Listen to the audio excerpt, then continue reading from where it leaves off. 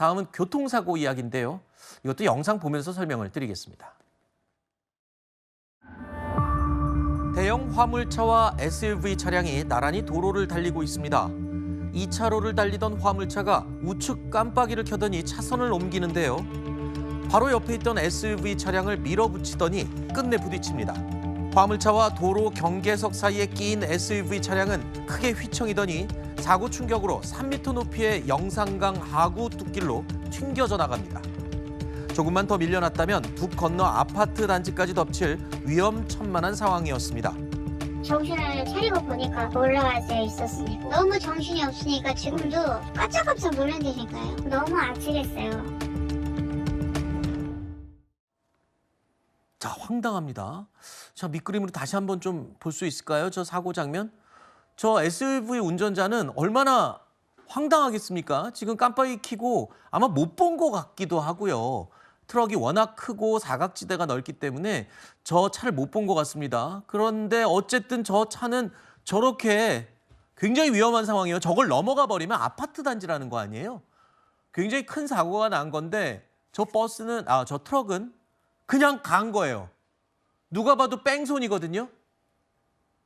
뺑소니 아닙니까? 그렇죠. 지금 상황 보면은요, 영상으로 고스란히 드러나는데요. 저 25톤 대형 트럭이 말 그대로 SUV 차량을 밀어버린 겁니다. 그렇죠. 그러니까 차선 변경 과정에서 일어난 일로 보이는데 SUV 차량이 몸싸움에서 진 것이 보이시죠? 네. 그대로 밀려났습니다.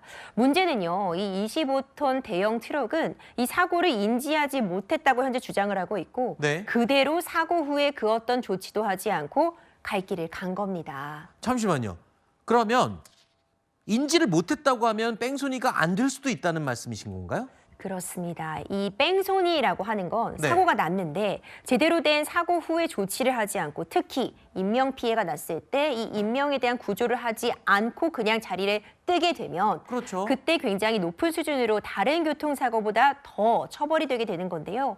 뺑소니냐 아니냐는 사고를 인지했느냐 인지하지 못했느냐에 따라 달라지게 됩니다. 아하. 그런데 인지라는 것은 개인의 내심의 의사잖아요. 네. 그렇지만 정황 증거들을 통해서 인지할 수 있었는지 여부를 확인하게 되는데 네. 물론 이런 대형 트럭 같은 경우에는 사각지대가 존재합니다. 그렇죠. 그래서 우리가 항상 운전할 때 큰 차 옆에서는 너무 가까이 붙어서는 안 되고 갑자기 끼어들면 안 된다는 이야기 많이 하게 되는데 이번 사안 같은 경우엔 사각지대가 있었기 때문에 트럭이 모르고 차선 변경을 했다고 해도 이 사고 난 차량 역시도 꽤 큰 SUV입니다. 네. 과연 충돌 이후에 정말 아무런 느낌이 없었을지 그리고 실제로 주행 속도라던가 이 전후 사정 등을 비교해 봤을 때 인근 다른 차량의 블랙박스 등을 비교해 봤을 때 충분히 사고를 인지할 수 있었는지 여부에 따라서 뺑소니로 인정될지 뺑소니가 인정되지 않을지는 달라질 수 있을 것이라 봅니다. 저는 뺑소니라고 하면 사고를 낸 뒤에 조치를 취하지 않고 떠나면 다 뺑소니인 줄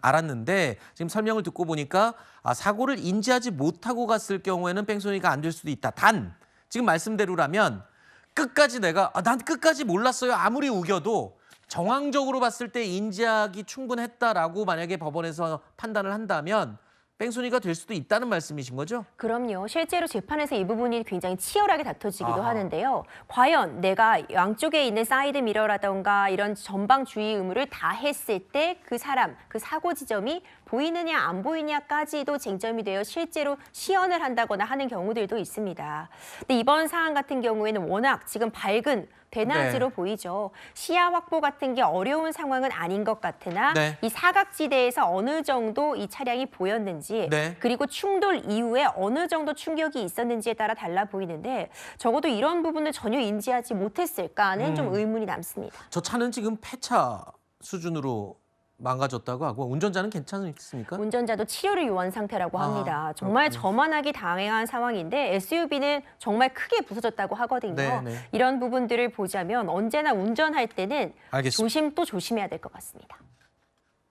아까 변호사님 그 말씀 딱 와닿던 게 저도 그러거든요. 큰 트럭이 앞에 있으면 고속도로나 도로 다닐 때 아예 멀리 떨어져 가거나 아니면 얼른 앞서서 그냥 가버리거나 그런 방법이 가장 최우선일 것 같습니다.